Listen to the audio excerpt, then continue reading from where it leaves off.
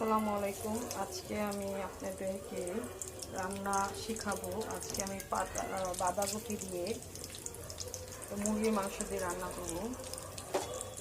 প্রথমে একটা পেঁয়াজ কেটে নিয়েছি, তারপরে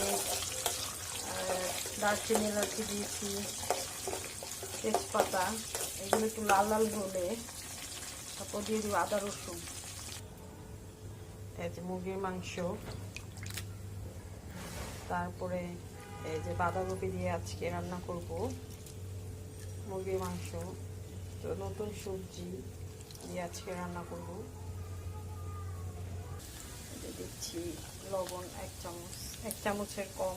আদা রসুন বাটা দিচ্ছি 1 চামচ, মরিচের গুঁড়া 1 চামচ, হলুদের গুঁড়া 1/2 চামচ।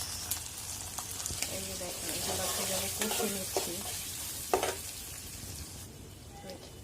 পানি দিচ্ছি।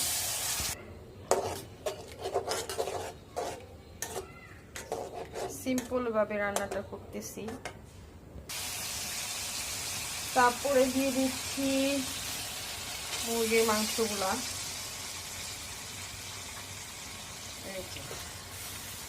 কষিয়ে নিতে হবে।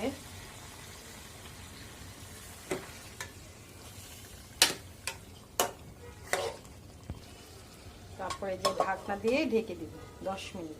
তারপর কষানো হলে বাঁধাকপিগুলো দিয়ে দিব। মশলাটা কষিয়ে নিয়েছি, এখন এই যে বাঁধাকপিগুলো দিয়ে দিব।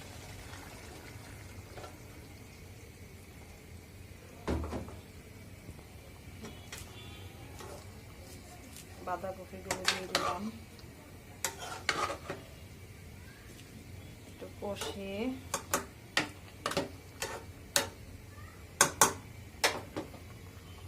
ঢেকে দিবে একটু পরে।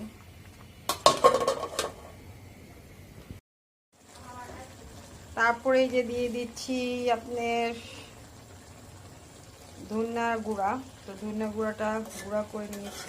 তারপরে যে একটু পরে রান্না শেষ।